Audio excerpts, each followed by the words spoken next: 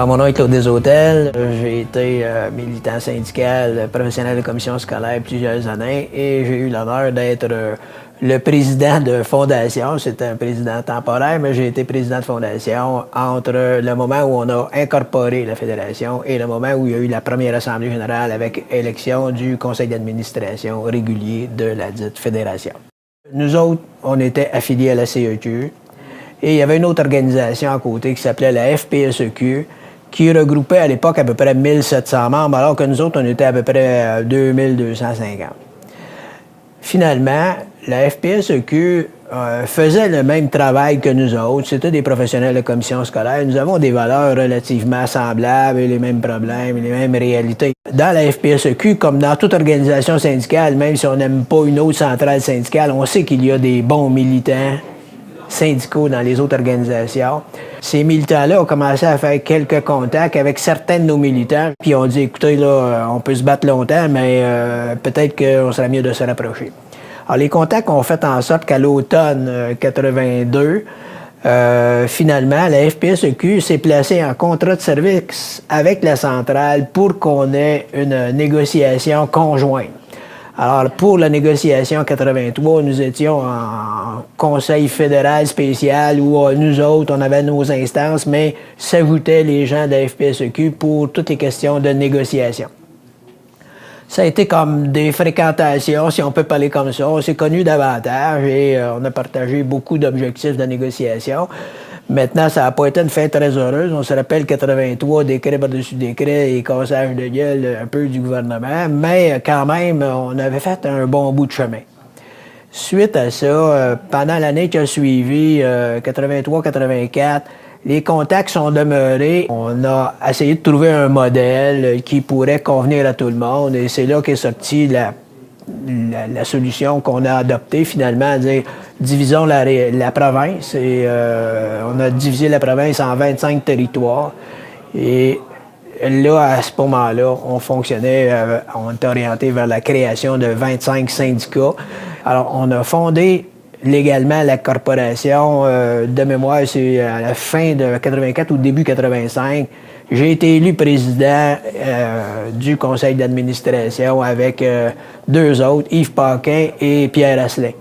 Pour faire de l'action syndicale, pour avoir un syndicat qui est vivant, ça prend deux choses. Ça prend des militants qui ont du cœur. Qui ont du cœur, ça veut dire qu'ils aiment leurs membres, qui sont proches d'eux autres, qui sont préoccupés du membre qui est laissé de côté ou qui risque de se faire maganer parce qu'il est tout seul ou parce qu'il est isolé. Parce que ça, c'est la réalité beaucoup des syndicats de professionnels, l'isolement des professionnels et c'est facile des fois qu'il y en ait un qui se fasse, elle a dit, maganer. Ça, je pense que c'est le premier élément fondamental pour faire une organisation syndicale qui a du bon sens. Ça prend des gens qui ont du cœur, des militants, des bénévoles aussi. Ça, c'est important. L'autre affaire, c'est il faut de l'organisation. Une fois que tu as du cœur, il faut que tu organises l'action. Et l'objectif de la fédération, dans le fond, c'était pour augmenter cette efficacité-là. Je pense que les professionnels de commission scolaire ont gagné. Ils ont gagné aussi en prestige dans la centrale, dans le sens où avec les enseignants aussi, nous avons besoin d'unité. Nous avons besoin des enseignants, les enseignants ont besoin de nous autres. C'est ceux qui sont à peu près 20 fois plus nombreux que nous autres, et plus, mais de toute façon, on travaille avec les mêmes enfants et on a besoin de s'entraider si on veut réussir collectivement l'école québécoise. Et c'est ça le but ultime. Et ça, je pense que les professionnels de commission scolaire, collectivement, ont toujours ça en tête, le succès de l'école québécoise.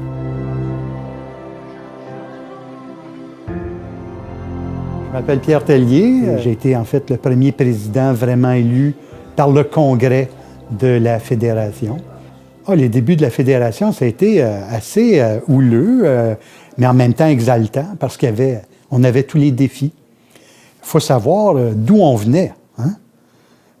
De deux organisations qui ont fusionné. Alors, une organisation qui était extrêmement centralisée, d'où je venais, moi, qui s'appelait le SPP-RSQ, Syndicat des professionnels et professionnels du réseau scolaire.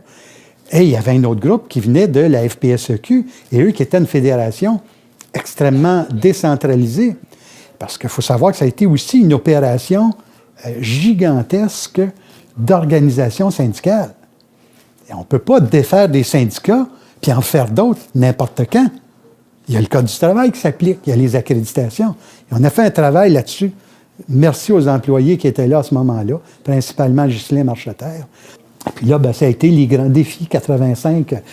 On récupérait, on essayait en tout cas, de récupérer les blessures de la négociation de 83. Le deuxième élément, c'était maintenant, avec cette nouvelle fédération-là, il fallait que dans la CSQ, qui s'appelait à ce moment-là la CEQ, il fallait qu'on fasse notre place, qu'on fasse vraiment notre place, puis qu'on démontre qu'on voulait vraiment être de l'ensemble. Puis les professionnels, jusqu'en 80, ça n'a pas été les plus grands militants syndicaux qu'il y avait, là. Alors donc, il a fallu tout ramener ce monde-là dans un giron de militantisme. Ça a été beaucoup de travail de mobilisation. Mais ce qui a favorisé ça, c'est quand on s'est dit, oui, notre fédération, maintenant, là, on la prend en main avec les principes directeurs. L'autonomie de nos syndicats. Alors, les syndicats, qui étaient des syndicats régionaux, se sont pris en main, lentement, parce qu'il n'y avait pas une grosse culture de ça, là, de prise en main locale ou régionale.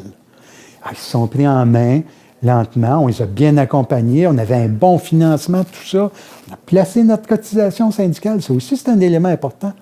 On pense que ça se fait tout seul. Ça se fait pas tout seul, ça prend des sous pour faire ça. La première négo de la FPPE, donc tout le monde ensemble, on a mis l'épaule à la roue. On n'a pas fait des gros gains, mais on a remonté un petit peu. Notre sectoriel a été relativement bon. C'est au niveau intersectoriel, c'est-à-dire le salarial, qu'on n'a pas été capable de rattraper. Alors, nous, ce qu'on voulait, c'était, on voulait récupérer les coupes dans nos salaires du 1er janvier 1983.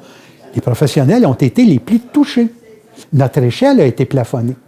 Une de nos grosses revendications, c'était non pas l'équité salariale dans ce temps-là, c'était les relativités.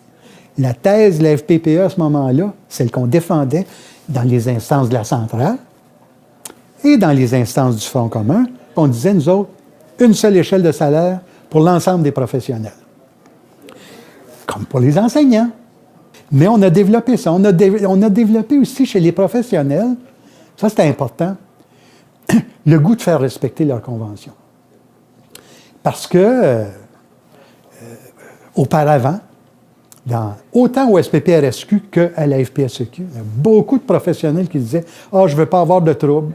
Ah, je ne veux pas faire de griefs. » Donc, les gens laissaient aller leurs droits. Je pense que ce n'est plus le cas maintenant. En tout cas, je pense que les professionnels ont pas mal plus de mordants qu'ils en avaient de ce côté-là. Je dirais jusque vers les années 90, c'était une démarche de se donner une espèce de vision ou de fonctionnement républicain. Pas républicain au sens américain du terme, au sens de la res publica, le bien commun. Donc, d'essayer de dire, on est tous là pour le bien commun.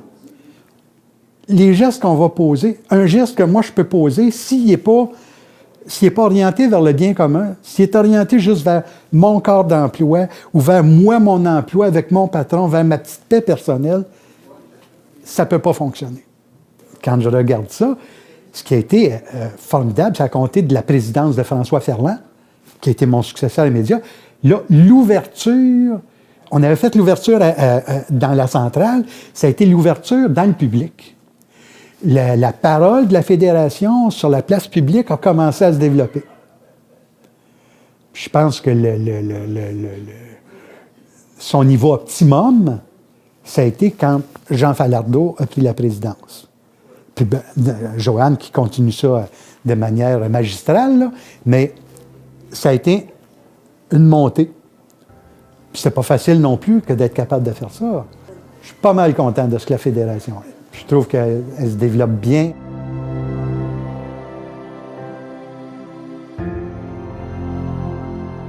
Oui, bonjour, je suis François Ferland. Le début était un peu difficile parce que j'avais à succéder, pas à remplacer, mais à succéder à Pierre Tellier, qui était le fondateur de la Fédération. Dans les grands défis aussi de l'époque, il faut voir que encore sous le règne de Pierre, nous avions fait une grande mobilisation autour de la reconnaissance des professionnels, l'opération qu'on appelait l'opération Sortir de l'ombre. Sortir de l'ombre dans les commissions scolaires, sortir de l'ombre dans les organisations syndicales, sortir de l'ombre sur la place publique. À quoi ça sert un professionnel de commission scolaire? Qu'est-ce qu'un professionnel de commission scolaire peut faire?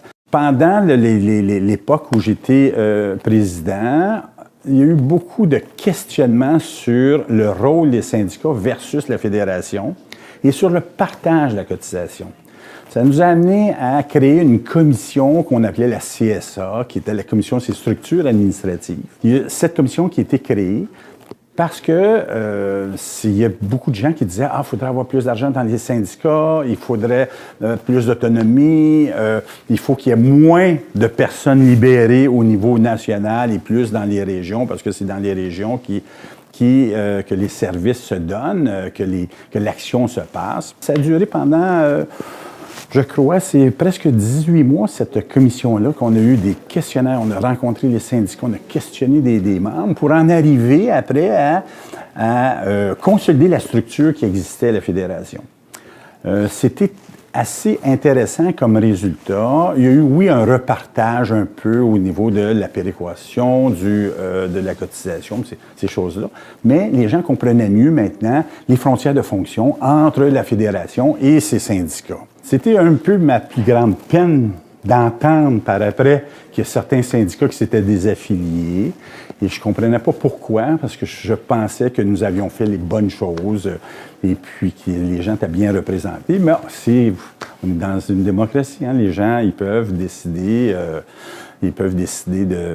de leur avenir syndical. Je ne suis pas sûr que c'était une bonne chose pour eux. J'apprenais dernièrement que certains syndicats qu'il y a un syndicat qui est revenu.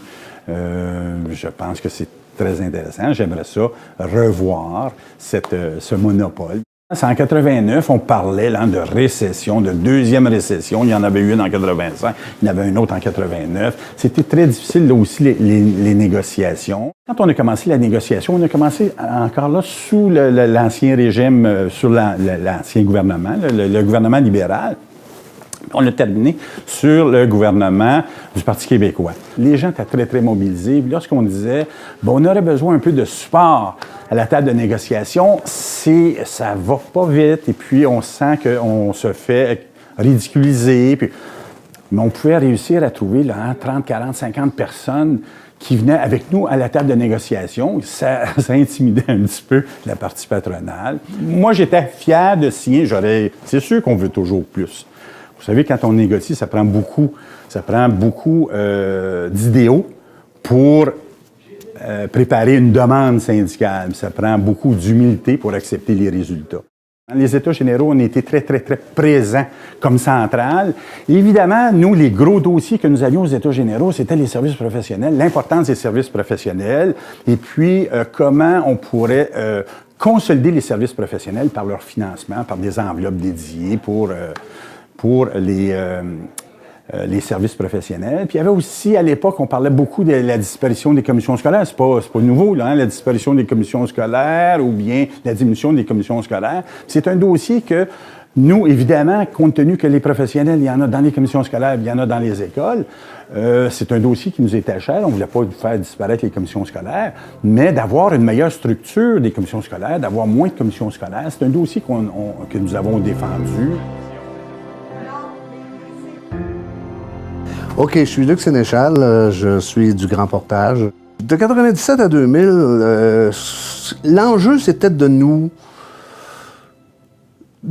imposer comme intervenante ou intervenant valable en éducation dans les commissions scolaires. Avant, tout ce qui était interrogé passait par les syndicats de l'enseignement. Alors, de plus en plus, sous mon mandat, on a passé par la Fédération. Des premières pages de journaux, des unes, on en a eu sur le HDAA, entre autres. Puis un enjeu majeur qui s'est fait encore en harmonie parce qu'on était tous ensemble, ça a été la laïcisation. On avait aussi comme mandat, nous autres, de protéger dans nos statuts la qualité de vie de nos membres. en s'en allant, en prônant la laïcisation, ce que nos membres ont accepté. Et il y avait un enjeu chez les animatrices et animateurs de pastorales, conseillères et conseillers en éducation chrétienne, qui perdaient leur emploi. Dans leur corps d'emploi existant, on a réussi à surmonter ça, à ne pas perdre notre emploi, que des professionnels ne perdent pas leur emploi, tout en s'en allant vers nos mandats qui étaient la laïcisation. La réforme, oui, il y avait des enjeux importants. Ce que Mme Marois, puis à l'époque, c'est moi qui étais là, puis on a réussi à lui faire comprendre que le conseil d'établissement ne pouvait pas, les sièges au conseil d'établissement ne pouvaient pas être comblés par des gens qui ne sont pas en relation d'emploi, avec des sous-traitants. C'est parce qu'on est en centrale qu'on a réussi, là. Durant ma présidence, au début, on a réglé la convention au CRI en quelques mois. Ça faisait 3 ans que ça traînait. La dernière négociation où j'étais, on n'a pas été capable de faire avancer la convention anglophone. On n'a pas eu de recul. Nos membres, le Conseil fédéral, mais très bien conseillé par nos membres anglophones, nos membres anglophones qui sont dans nos syndicats, on dit on préfère le statu quo. Le président du comité patronal m'avait dit à l'époque, c'était Bernard Huot, comment ça se fait que les francophones décident dans votre conseil fédéral pour les anglophones? J'ai dit les anglophones décident pour les francophones, mais on n'est pas assez imbéciles pour ne pas les écouter. Fait que nous autres, là, c'est la fédération qui mène ça. C'est pas des Anglais, puis c'est pas les Français, c'est notre fédération. Puis ça aussi, c'est quelque chose de particulier qu'on a. Les membres anglophones votent sur la Convention francophone et vice-versa. Les membres anglophones, francophones votent sur la Convention CRI, votent sur la Convention cativique et vice-versa. Alors vraiment, on a fait ce qu'il fallait faire, une belle homogénéité chez les professionnels dans les commissions scolaires. Vous savez, on a déjà connu des grèves illégales. C'était difficile de rentrer le monde après les lois spéciales. Nos hypothèques étaient en Ontario, à l'époque. Les grèves illégales, on est obligé d'intervenir parce que 2 de nos membres, une orthophoniste et une conseillère d'orientation, s'étaient enchaînés après les portes de l'École nationale d'administration publique à Sainte-Foy. On est obligé de les sortir de prison. C'est pas difficile de se relever. On connaît le rat de marée qui passe, on le vit. Puis on passe à d'autres choses, puis on s'en sert. On ne s'assoit pas là-dessus, on ne l'oublie pas. Il faut s'en servir. On a toujours fait ça. C'est pour ça qu'on est encore là. Surtout en prenant notre place. Publiquement, nous sommes devenus des intervenantes et des intervenants crédibles auprès des journalistes. Nous avons énormément de compétences dans nos rangs. Je m'appelle Pierre Bouchard. On venait de sortir d'une négociation qui, à l'interne, avait été extrêmement difficile. Entre autres sur la question de l'annualisation des services des professionnels, c'est-à-dire travailler 10 mois et de payer 10 mois, tout en ayant la permanence, mais on a le 10-12e, on va vivre notre retraite à 10-12e, tout va être à 10-12e. Ça, chez les professionnels, on n'en voulait pas. Et une des premières choses qu'on a eu à faire face, c'est justement le syndicat de Laval qui a quitté. On a essayé de contrer la sortie du syndicat de Laval, qui sortait pour des raisons qui leur sont propres. Et l'Outaouais aussi est parti, mais eux autres, vraiment pour d'autres motifs. Tandis qu'à Laval, c'était vraiment un syndicat qui voulait s'occuper juste de ses affaires, avoir toutes ses ressources financières, puis mener sa barque comme il voulait. La dame que je parlais, qui était au bureau exécutif, venait de Laval. Alors, quand Laval est sorti, évidemment, elle ne pouvait plus siéger sur le bureau exécutif. Elle est sortie. La fédération, évidemment, le départ a fait qu'on avait déjà des difficultés financières. Là, c'est pas avec tout le monde qui partait que ça allait améliorer notre sort. Alors, on a été obligé de faire des coupures. Puis, une des coupures, ça a été de dire, on ne comblera pas le poste vacant au bureau exécutif. Il y a eu 3 ans difficiles. Puis, quand on a passé un 2e congrès, après le 3 ans était fini, on avait un nouveau bureau exécutif à Élie. Je me suis représenté. Alors donc, ça a bien été. Puis ça a bien été aussi parce que on rentrait dans une période de négociation. Et là, notre grand défi, c'était de refaire l'unité dans la négociation. Parce que pour moi, le syndicat le cœur de son mandat, c'est la défense des membres puis l'amélioration de leurs conditions de travail. Moi, je me sens vraiment privilégié d'avoir pu faire le tour du Québec dans tous nos syndicats qu'on avait pour rencontrer des gens, leur parler, entendre ce qu'ils avaient à dire. Ça, c'est précieux, précieux, précieux. Donc là, on était dans le cœur. Puis là, évidemment, c'était clair que l'annualisation, les patrons revenaient avec. Puis, et là, on était tous unis au Conseil fédéral de non, jamais. Ben, en même temps, il n'y a pas de scoop, là. Tout le monde dit que ça finit par un décret. Mais dans ce décret, la partie patronale, le gouvernement n'a pas mis l'annualisation. Mais là, c'est un décret, là. Tout le monde les haït, ils ont tous les pouvoirs, là. Ils se font... c'est un party pour eux, là. Ils commandent ce qu'ils veulent, puis ils se le donnent. Alors, ils ne nous l'ont pas donné. Alors, je me dis, là, les professionnels, on a gagné. Parce que les gens se sont mobilisés des milieux. On a écrit au Conseil du Trésor. On a écrit dans les commissions scolaires. On a été voir les commissaires. On a fait des journées de grève. D'ailleurs, un mot, sa mobilisation. On est un petit groupe à la CSQ. On est des professionnels. Alors, il ne faut pas être surpris qu'il y ait plus d'enseignants que de professionnels dans une école. Le contraire serait inquiétant. À un moment donné, on a décidé de faire des grèves tournantes avec des journées qu'on avait comme mandat.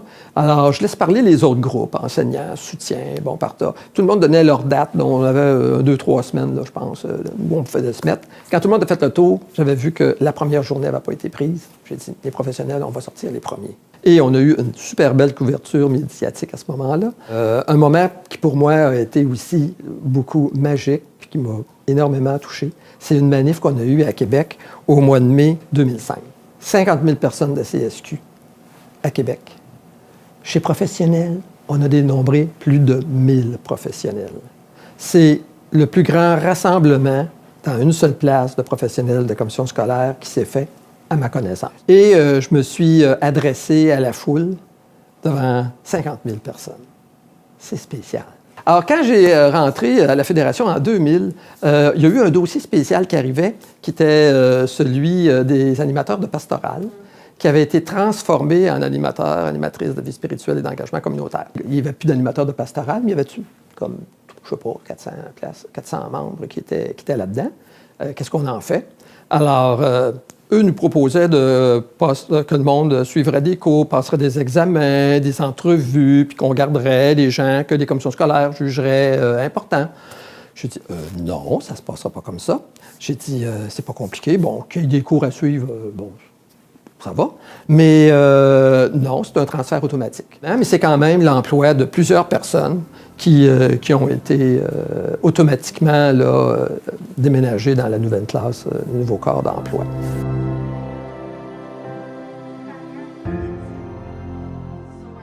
Bonjour, je m'appelle Jean Falardeau. J'arrivais dans un contexte où il y avait eu une négociation très difficile.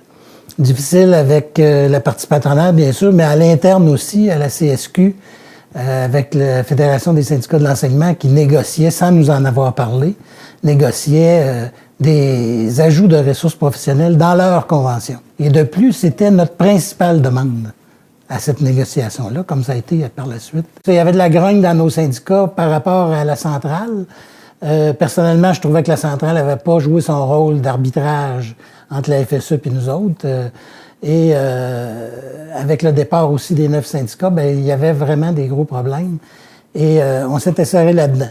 Moi, je pensais qu'il y avait des enjeux aussi de reconnaissance de nos fonctions, de notre organisation syndicale, bien sûr, autant à l'interne, malheureusement, qu'à l'externe. Donc, je pense que si je peux résumer mes 2 mandats, là, ça a été beaucoup travaillé autour de la reconnaissance de la fonction de professionnel, autant administratif, pédagogique que service aux élèves. J'ai participé à 2 congrès de l'International d'éducation, dont le dernier où on a fait valoir l'importance des services professionnels et de soutien. On a rencontré 2 fois les ministres, on a rencontré plutôt les 2 ministres de l'Éducation, Hélène Beauchamp et Michel Courchain avant. J'ai rencontré la sous-ministre de l'Éducation sur la question des bibliothécaires, parce qu'on était en train de tous les perdre. Là. Fait que finalement, ça a donné des mesures qui ont permis d'augmenter les services de bibliothécaires. Dans la présidence précédente, là, le BE précédent avait fait une démarche sur l'épuisement professionnel. Donc, on a rencontré les deux comités patronaux de négociation pour leur faire valoir l'importance des résultats de cette recherche-là et de corriger cette situation-là dans la négo qui s'en viendrait par la suite, qui a eu lieu en 2010. Il y avait deux éléments que je trouvais que c'était important. C'était bien qu'on ait des avocates, des avocats ou des conseillers en relations de travail, c'était essentiel, mais je trouvais que c'était important qu'on ait de l'action professionnelle. Et l'autre élément, c'est d'avoir une ressource en communication. J'avais vécu une expérience très positive à la négo de 2010 où on avait centré ça sur l'ajout de professionnels en service direct aux élèves parce qu'il y avait vraiment une problématique grave à ce niveau-là. J'avais fait toute une tournée pan-provinciale dans toutes les régions. Même on avait établi un cartel avec le syndicat des professionnels de l'Outaouais qu'on essayait de ramener dans notre giron. Donc, on était en cartel avec eux. J'avais même été faire la conférence de presse à Gatineau. Donc, ça avait permis de faire connaître beaucoup mieux nos ressources professionnelles. On avait eu une expérience à la négo, on avait fait une campagne La place de l'élève n'est pas sur une liste d'attente, qui avait très bien fonctionné. Et donc, avec la conseillère en communication, on a pu faire une campagne de publicité qui était Changer le monde d'un élève à la fois, qui, je pense, a été intéressante aussi, qui a permis de faire des petites vidéos sur chacun de nos corps d'emploi. Et je pense que ça, c'est un élément important qui a réussi à faire connaître mieux nos corps d'emploi. Les efforts qu'on avait mis au niveau du cartel pour aller chercher le syndicat des professionnels de l'Outaouais puis quand je suis parti, là, on était en train de faire les démarches, puis que ça s'en venait, puis ce que j'ai entendu, c'est que ce syndicat-là est revenu, s'est réaffilié à la FPPE. Et je trouvais ça bien important d'en parler. On est une organisation maintenant, la FPPE. La FPPE est une organisation, c'est comme si j'étais encore là. La FPPE est une organisation qui est beaucoup plus reconnue et moi je disais, il faut que ce soit un incontournable en éducation. Puis je pense que c'est un effet qu'on a obtenu là, avec nos efforts pendant les 6 ans, puis qui se poursuivent maintenant. Sur la question de la FSE, évidemment, on a brassé pas mal. Régent Parent, le président de la centrale, avait mis sur pied un comité, avait proposé, on avait accepté de mettre sur pied un comité qui réunissait un certain nombre de personnes de la FSE et de la FPPE, qui a été appelé en caricature le comité de l'amour, mais qui faisait qu'on était capable de se parler. Effectivement, on a été capable de se parler, des fois assez directement, assez crûment, mais ça a permis de rapprocher les parties, de mieux comprendre la réalité de chacun. Et je pense que ça a donné des résultats positifs. On a travaillé beaucoup mieux en collaboration avec la FSE. Ça s'est pas fait comme ça. Il y a eu des hauts et des bas, mais je pense que les résultats sont bons. De façon générale, la FPPE a fait sa place au sein de la centrale, dans ses différents comités, a pris sa place dans les différentes instances. Et je pense que là aussi, la reconnaissance de notre fonction et de nos organisations syndicales, les syndicats et la FPPE, est beaucoup plus importante maintenant. Là. Et ça aussi, je pense que j'y ai contribué et j'en suis fier. Mon nom, c'est Joanne Pomerleau. J'ai été élue en 2012. J'étais la première femme présidente de la fédération. J'en étais plutôt fière. Avec une fédération de plus de 75 % de femmes, je pense que c'est intéressant qu'on ait enfin élu une femme présidente à la tête de la fédération. Quand je suis arrivée à la fédération, j'avais un enjeu personnel ou un défi personnel, c'est que depuis quelques années, il y avait eu beaucoup de travail de fait pour augmenter la visibilité de la fédération.